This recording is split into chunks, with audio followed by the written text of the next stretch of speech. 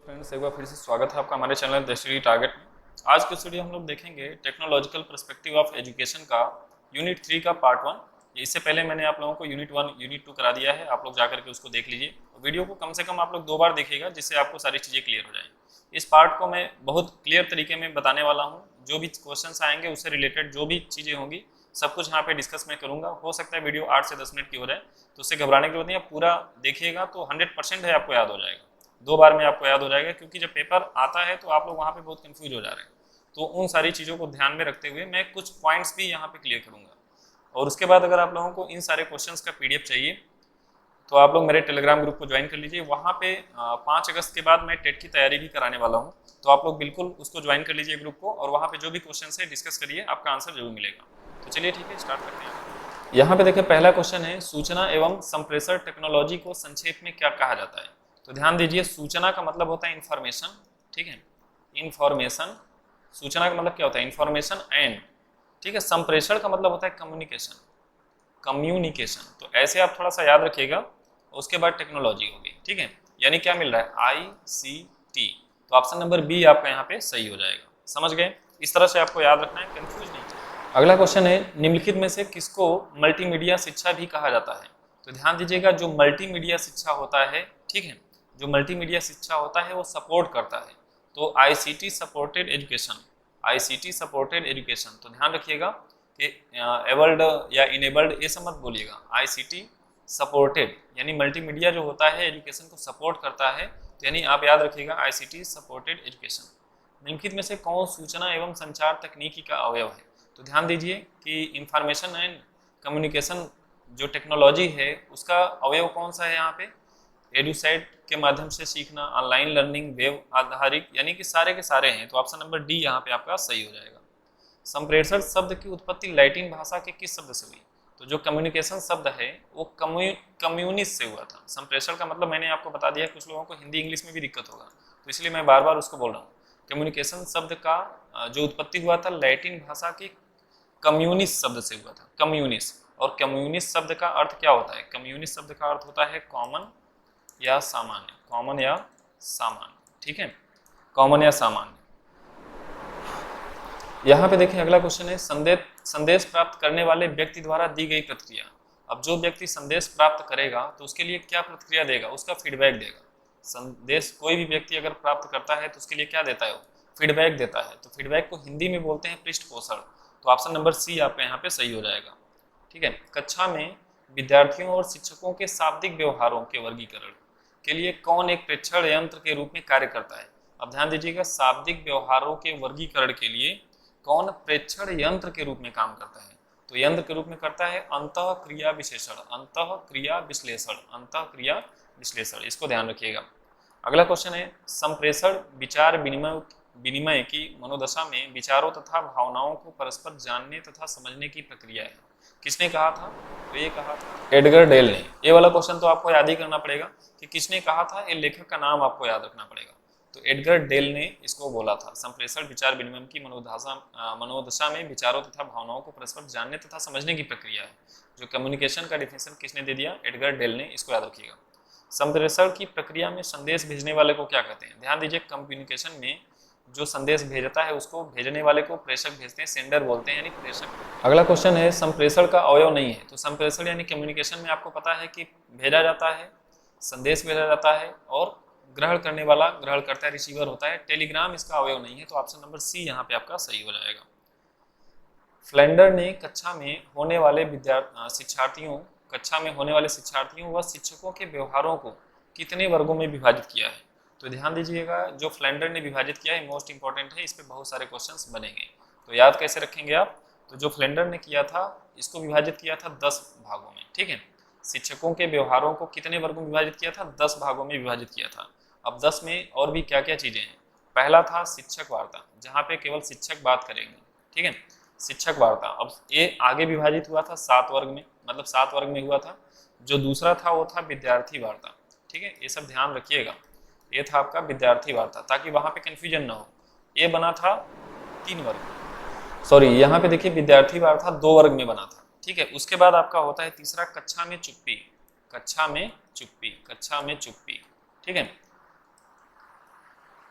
तो इसको बोलते हैं अव्यवस्था, यानी इसको एक वर्ग में विभाजित किया। तो टोटल देख लीजिए 7, 2, 9 और 1, 10। तो आपको सीधे सीधे याद आ जाएगा कि फ्लेंडर ने कक्षा में होने वाले शिक्षार्थियों और विद्यार्थियों के व्यवहारों को 10 भागों में विभाजित किया था। पहला हो गया शिक्षक वार्ता, दूसरा हो गया विद्यार्थी, तीसरा हो गया कक्षा में चुप्पी या अव्यवस्था। तो शिक्षक वार्ता 7 वर्ग में विभाजित किया गया, विद्यार्थी वार्ता 2 वर्ग में और कक्षा में चुप्पी 1 वर्ग में, और इसी को बोलते हैं अंतिम वर्ग। कक्षा में चुप्पी वाले या अव्यवस्था को ही क्या बोलते हैं, अंतिम वर्ग बोलते हैं, इसको ध्यान रखिएगा। अगला क्वेश्चन है शिक्षक वार्ता में कितने वर्ग होते हैं। तो मैंने बताया शिक्षक वार्ता में 7 वर्ग होते हैं, तो ऑप्शन नंबर यहाँ पे ए सही हो जाएगा।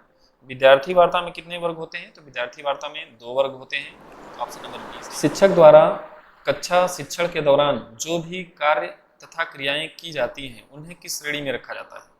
तो ध्यान दीजिएगा कि शिक्षक के द्वारा है तो उसको बोलेंगे शिक्षक कथन, ठीक है। ध्यान रखिएगा कि शिक्षक के द्वारा अगर कक्षा में कोई भी काम या क्रिया की जा रही है तो उसको शिक्षक कथन की श्रेणी में रखा जाएगा, तो ऑप्शन नंबर सी आपका यहाँ पे सही होगा। कक्षा में चुप्पी की अवस्था फ्लेंडर ने किस वर्ग में रखा था, तो चुप्पी की अवस्था या अव्यवस्था को फ्लेंडर ने अंतिम वर्ग में रखा था, तो ऑप्शन नंबर ए आपका यहाँ पे सही हो जाएगा। कक्षा में शिक्षक कथन में कौन सा व्यवहार सम्मिलित होता है। तो शिक्षक के कथन में ध्यान दीजिएगा, शिक्षक के कथन में शाब्दिक व्यवहार सम्मिलित होता है, ठीक है। शाब्दिक व्यवहार सम्मिलित होता है और ये 2 तरीके का होता है, एक होता है प्रत्यक्ष और दूसरा होता है अप्रत्यक्ष। ध्यान रखिएगा, ये 2 तरीके का होता है शाब्दिक व्यवहार, एक होता है प्रत्यक्ष और दूसरा क्या होता है, अप्रत्यक्ष।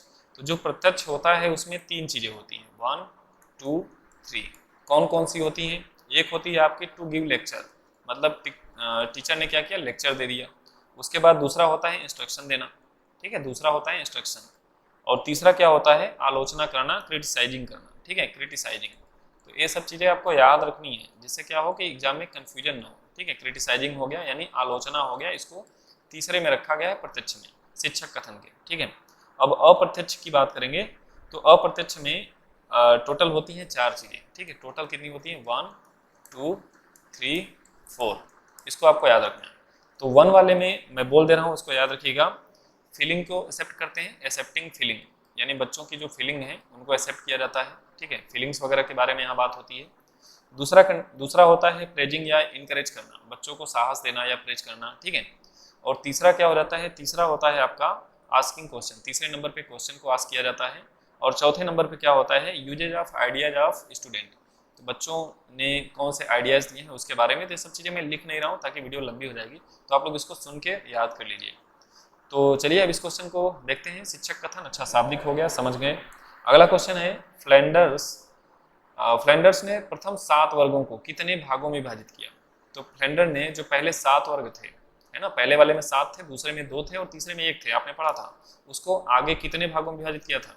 तो जो 7 वर्ग थे उनको कितने भागों में विभाजित किया, तो आपने पता है ना, फ्लेंडर्स ने जो पहले 7 वर्ग थे, जो शिक्षक वार्ता थी, ठीक है, जो शिक्षक वार्ता थी वो 7 वर्ग थी, 7 वर्ग में थी। अब 7 वर्ग को फिर से 2 में विभाजित किया था इन्होंने, कौन कौन सी, एक प्रत्यक्ष और दूसरा अप्रत्यक्ष।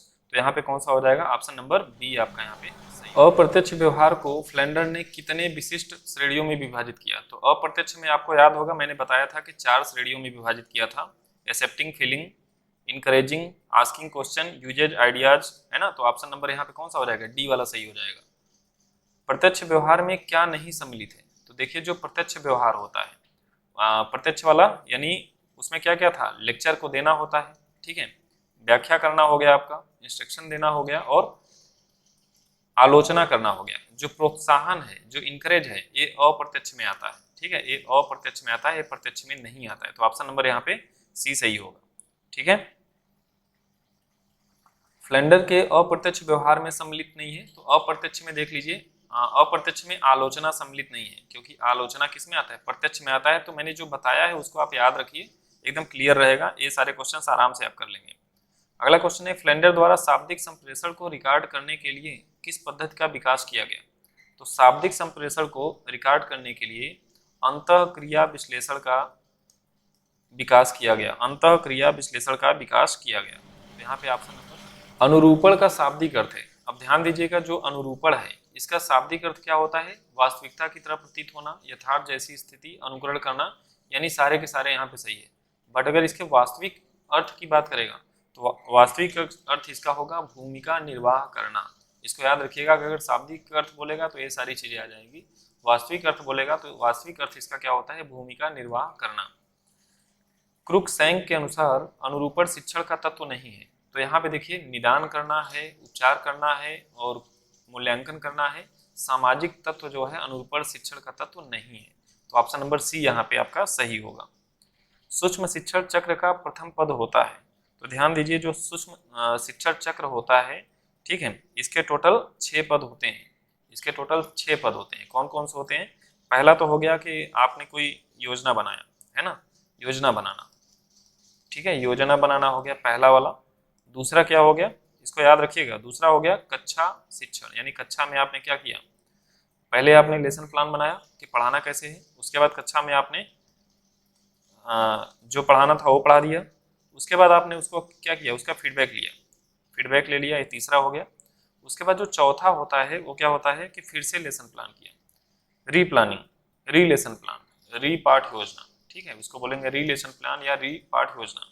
उसके बाद जो 5वां नंबर आ गया कि फिर से आपने उसको पढ़ाया, री शिक्षण यानी पुनर्शिक्षण या री टीचिंग, ठीक है। और उसके बाद जो 6ठे नंबर पे आ जाता है री फीडबैक। तो मतलब ये तीनों चीजें, जैसे इधर ये 3 याद रखिए तो ये इस वाले में री कर देंगे तो आपका हो जाएगा। तो सूक्ष्म शिक्षण चक्र का जो प्रथम पद होता है योजना बनाना। तो ऑप्शन नंबर बी यहाँ पे आपका सही हो जाएगा। तो इस तरह से इन 6 को याद रखिए तो आपको कोई दिक्कत नहीं रहेगा। अगला क्वेश्चन है, सूक्ष्म शिक्षण समस्त शिक्षण को लघु क्रियाओं में बांटना है, यह कथन किसने कहा था? तो यह कथन कहा था D.W. एलन ने, D.W. एलन ने। तो एलन को याद मत रखिएगा, पूरा लिखिएगा D.W. एलन, इसको पूरा याद रखिएगा, ये तो आपको याद ही करना पड़ेगा। तो इस तरह से मैंने आप लोगों को क्वेश्चन नंबर 1 से लेकर के 25 तक कवर करा दिया है और जो इंपॉर्टेंट चीजें हैं वो भी मैंने डिस्कस कर दिया है। तो आप लोग इस वीडियो को कम से कम 2 बार देख लीजिए और जो इंपॉर्टेंट लगे आप लोग उसको नोट कर लीजिए और मेरे टेलीग्राम ग्रुप में ज्वाइन हो जाइए ताकि वहाँ पे जो भी प्रिपरेशन कराया जाए तो आपको पूरा का पूरा मिल सके। तो चलिए ठीक है, समाप्त करते हैं आज का video. Okay, thanks for watching.